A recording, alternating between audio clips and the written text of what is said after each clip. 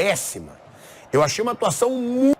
Segura, dá um jeito de segurar a base. Não vai a lugar nenhum. Se estiver tomando essa postura, eu acho absolutamente correta. Não gastar mais do que pode. É isso. Agora, Mauro César Pereira. Mais uma má atuação do Flamengo. Na verdade, eu achei péssima. Eu achei uma atuação muito ruim de um Flamengo contra um Santos fraco, contra um Santos sem torcida, contra um Santos sem treinador, contra um Santos pressionado por uma torcida que soltou rojões dentro de campo no jogo contra o Corinthians.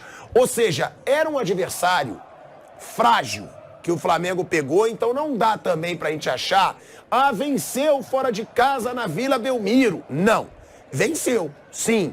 Ótimo ter um resultado que coloque o Flamengo na terceira colocação, passando o Palmeiras.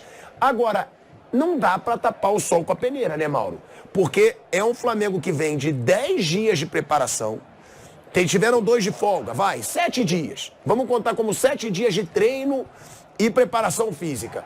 E que volta apático, que volta jogando mal, que volta sem organização e outra coisa, que volta sempre perdendo intensidade, Mauro. É um time que não tem intensidade e conseguiu sofrer não uma grande pressão, mas uma pressãozinha desse Santos frágil no segundo tempo. O Flamengo, ele nos 3 últimos jogos pelo Brasileiro, ele sofreu uma média de 24 finalizações, 24,3 por jogo. Nos 3 últimos jogos de mata-mata, ele sofreu uma média de 8 finalizações por jogo. É o triplo. 3 vezes mais. São números lá do SofaScore. Por que isso? Porque esse time escolhe o que ele quer jogar. Não estou dizendo que isso é elogio, não, pelo amor de Deus. Nem que deva escolher, nem que pode escolher. É uma constatação. Ele escolhe.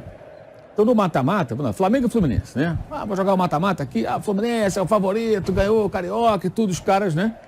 Jogam. Aí o primeiro jogo foi 0-0. O Felipe Melo foi expulso, aquela coisa toda. Jogou melhor. E no segundo ganha de 2-0. O Fluminense finalizou muito pouco. Contra o Racing, um jogo encardido, chato. O Racing finalizou mais que o Flamengo. Mas foram 8 finalizações, na média ali de 8 por jogo. Não jogou bem, né? Quanto o Bragantino, eu acho até que fez um jogo aceitável ali. O jogo de Libertadores ali, jogo com o time argentino, time que se mobiliza para essa competição, brigando por liderança, é outra história. É outra história. Acho que o pessoal às vezes acha que é jogo com o Campeonato Carioca. Não é. É outra conversa, jogo chato, adversário que sabe o que faz, sabe como enfrentar, enfim. E é um time que tem muito mais qualidade do que vários aí que a gente vê aí no Campeonato Brasileiro. Ontem o Grêmio ontem ganhou de quem? Ganhou do Coritiba. Coritiba, pelo amor de Deus. Só para citar um exemplo, né? Hoje tem Vasco, né? Assustador para o torcedor do Vasco. Mas, assim, o time escolhe quando quer jogar. E o São Paulo está lutando contra isso sozinho, porque ninguém vai chamar a atenção dos jogadores. Ontem ele colocou a Arrascaeta no banco, né? Pedro no banco, e foi por opção, né? Que ele colocou a Arrascaeta no banco. Eu vou dizer uma coisa aqui que tem gente que vai me xingar, mas nesse ano o Cebolinha está sendo mais importante que o Flamengo do que o Arrascaeta. Participa de mais gols, apesar de não jogar o que ele já jogou antes, tá? Participa de mais gols, faz mais gols. Pode observar, levanta os números. O Arrascaeta está jogando com o nome há algum tempo. Isso quando consegue jogar. Quando não está machucado, quando não está 100%, quando só consegue correr até os 30 minutos. Claro, quando ele está em campo, você percebe o talento, a capacidade que ele tem e tudo mais, mas é pouco. Tem que ser mais. O Gabriel, muito mal. Né? Muito mal, muito mal. Léo Pereira, mal de... Léo Pereira, o Wesley estava melhorando ali ofensivamente, mas defensivamente erra demais. Segundo gol seguido que ele fala clamorosamente. Primeiro gol do Santos, o Léo Pereira ele perde na corrida para o Mendonça, mas na origem do lance tem um erro do Ayrton Lucas, displicente até na origem do lance, na cobrança lateral. E a bola é do Wesley, ele não consegue interceptar uma bola invertida que é dele. Pô, pelo amor de Deus, ali você corta aquela bola e acabou a jogada. Corre, não vê, não olha. O Léo não vê, o Mendonça passa como quer e faz o gol. Mas acho que, poxa, o lateral tinha que ter cortado aquela bola. Ele estava bem posicionado para isso. É um garoto, né? Então acho que tem que ter um certo cuidado. Acho que ali o São Paulo insiste em escalá-lo, enfim. Mas é um time que escolhe quando joga, escolhe quando quer jogar. Ontem foi uma partida modorrenta. O Santos foi tudo isso que você falou. E é muito pouco, é muito pouco. É muito pouco. E eu acho que a única possibilidade de um crescimento aí é com a chegada de novos jogadores. O São Paulo conseguiu montar ali uma espinha dorsal de jogadores que ele pode sempre confiar.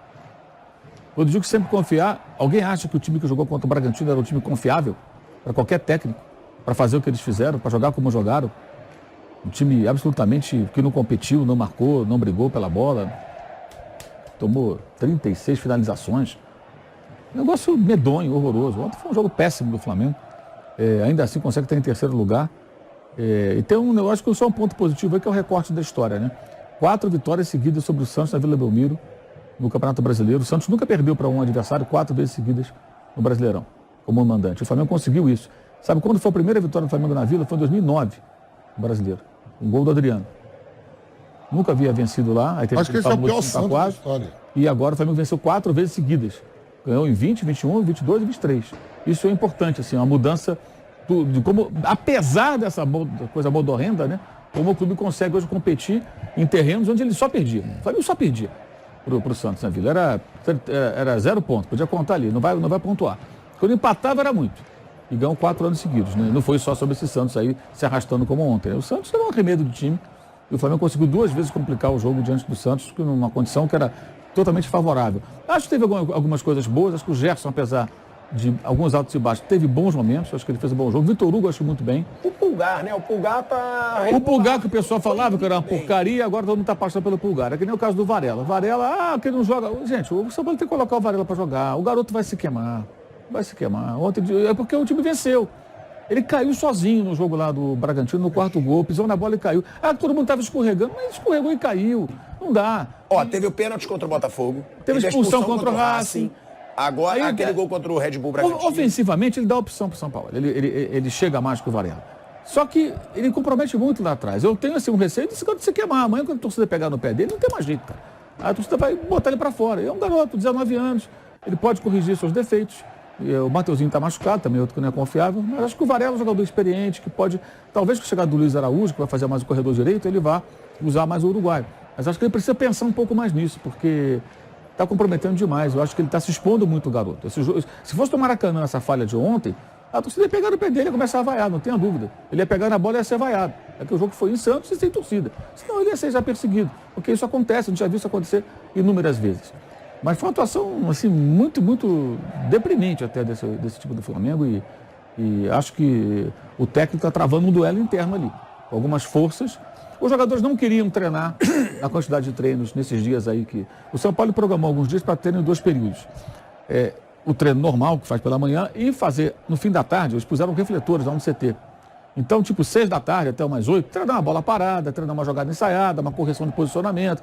Nada para arrebentar os caras, fazer treino físico de manhã e tarde, como era no passado, nos anos 80, tinha muito isso, que arrebentava os jogadores. Não, fazer um ajuste, sabe? Por que isso? Porque ele não teve pré-temporada no Flamengo. Então ele está tentando recuperar o tempo perdido, trabalhando mais o time, para corrigir certas situações. Os caras não queriam, os jogadores não queriam treinar tanto. Cara, passaram semanas no Rio de Janeiro. O Flamengo fez vários jogos em casa, porque coincidiu de ter o mando de campo em alguns jogos, intercalados com clássico com Fluminense e Vasco. Então ele não saiu para jogar com o Fluminense, Copa do Brasil, 2 jogos, né? E contra o Vasco, porque, lógico, foi no Rio. Então eles ficaram um tempão lá. Gente, o cara vai treinar no CT do Flamengo de 6 às 8. Toma um banho, 8h30, tá em casa. Peraí. Aí no outro dia treina só de manhã. Eles folgaram segunda e terça. Sabe quando foi o treino na quarta-feira? Foi no fim da tarde. Então eles tiveram 2 dias e mais um outro dia quase inteiro de folga. Aí não querem treinar tantas horas, tantas vezes assim. Isso é informação, Mauro. Isso é informação, claro. Existe. Aí amanhã... Agora é um absurdo. Aí amanhã vai ter jogador falando, não é verdade. É verdade sim. Informação lá de dentro. E os caras, não, torcem o nariz. Então se o técnico quer trabalhar, quer exigir mais, a diretoria se omite. E aí fica isso. O que a gente viu no jogo do Bragantino? Esse jogo não pode ser esquecido. Aquilo foi uma vergonha. Apático, desorganizado. Aquilo ali é para cair meio mundo, cara. Aquilo é um absurdo. Um time indolente. Assim, praticamente, o Braga jogou muito bem, o Red Bull jogou muito bem. Mas, assim, encontrou muita facilidade para um adversário que não quis competir. E ontem foi uma vitória assim, porque o Santos está se arrastando, senão não teria vencido o jogo. Jogo modorrento, um time preguiçoso. No final ainda teve que ficar ali trocando passe para prender a bola para acabar no 3-2. Agora, o jogo já era para estar resolvido há muito tempo. Mas por que isso só acontece no Flamengo? Por quê? Porque a diretoria é o único clube que o jogador manda. Porque a diretoria é permissiva. Porque ela permite esse tipo de coisa. Porque ela aceita. Só por isso. Porque não tem uma cobrança profissional que o presidente do Flamengo prometia quando era candidato. Foi outro dia lá no CT, teve lá uma reunião, pelo que eu soube, nem foi uma reunião dura, foi mais, vamos lá e tal, né, e tal. Deveria ir mais vezes, ou então o Marcos Braz que deixasse ser menos brother do jogador e mais enérgico para cobrar dos caras.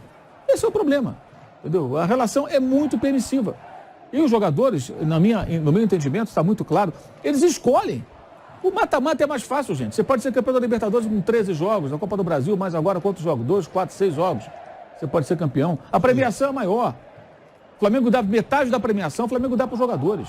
Sabe quanto está de prêmio a Copa do Brasil e o Brasileiro, e o Libertadores? O Flamengo repetiu ano passado? Para dividir para ele, 106 milhões. Achava que era 106 milhões. 106 milhões, senhoras e senhores. Para dividir entre eles. É o prêmio se forem campeões, de novo, como foram no passado. Metade o Flamengo dá. O Flamengo coloca a meta assim, é campeão, a bolada. Não foi campeão, não ganha nada. Antes não, tinha negócio de sexto lugar, comemorar, né? Tal, tinha essa pataquada. Então seria 50, na outra gestão. Seria 53 milhões para os jogadores, é isso? Pois é, então, mas assim, o brasileiro dá trabalho, né? São 38 rodadas, a premiação é menor, você tem que ficar ali remando. Mas, cara, o Flamengo não pode ficar sem liderar uma rodada do brasileiro desde que foi campeão em 2020. Não lidera uma rodada, com o elenco que tem, com o investimento que tem. E quem questiona isso internamente? Quem questiona os jogadores quando torce o narizinho? Quem questionou o jogador depois de quinta-feira? É só o técnico. E ele está ali meio que toreando, como outros já ficaram antes. A única diferença que eu vejo é que me parece que dessa vez eles não estão inclinados a demitir o treinador, né? E a torcida já entendeu, em boa parte, que o problema não é só técnico. Custou entender, né? Mas está entendendo agora. A Flávia Bibi não, essa nunca entende nada. Mas o torcedor, você percebe isso nos jogos no Rio, inclusive, que e na rede social, os questionamentos em cima dos jogadores. Alguém vai dizer que o São Paulo não sabe montar defesa. A defesa do Santos de 2019, ela foi a quarta melhor do brasileiro. Tomou um gol a mais do que Atlético e Palmeiras e 2 gols a mais do que o São Paulo, que foi a melhor defesa. Então você lembra, que não sabe montar, depende. Se os jogadores vão trabalhar, se o time vai amadurecer. Agora o Flamengo tem o melhor ataque do campeonato, olha que coisa bizarra. E a 14ª defesa. O Flamengo que mais cria chance de gol. E incrível, o Flamengo hoje é o time que tem o melhor aproveitamento de chance depende de menos chutes para marcar um gol, 5 pontos, alguma coisa. Que é uma coisa bizarra, porque não era assim. O Flamengo tinha que chutar 18 bolas para fazer um gol. Então, melhorou em alguns índices ofensivos. Agora, defensivamente, muito ruim. E no brasileiro de pontos corridos, né? E a postura é inaceitável. A postura do time, o comportamento, a aceitação de certas situações. O segundo gol, tem uma falha do Matheus Cunha, acho que ele rebate mal, mas ninguém chega. O Ayrton Lucas chega 1h30 depois, estava chamando o Uber para chegar naquela bola, pelo amor de Deus. Quer dizer, os caras não se concentram, sabe? Então, agora, vai ver no mata-mata. Eu falei, contra o Racing foi um jogo difícil, não ganhou como dava, mas foi um jogo duro, difícil pra caramba. Venceu. E o Fluminense, eles estavam mordidos. Vamos ver agora com o Atlético Paranaense se vai ser assim, que é a Copa do Brasil. Com um time que já tem uma rivalidade com o Flamengo, fizeram a final do ano passado, elimina o Flamengo elimina no outro, o Flamengo elimina o Atlético, ano após ano. É um jogo que tem uma outra pegada, né? Porque é mata-mata, é jogo eliminatório. Vamos ver como é que vai ser. Vai ser igual ontem? Duvido. Aí eles se mobilizam. Aí eles têm outra postura. Amanhã contra o Alcas, depois de amanhã. Pode ser que já seja um time mais... goleia o Alcas, todo mundo vai achar uma maravilha se acontecer, né?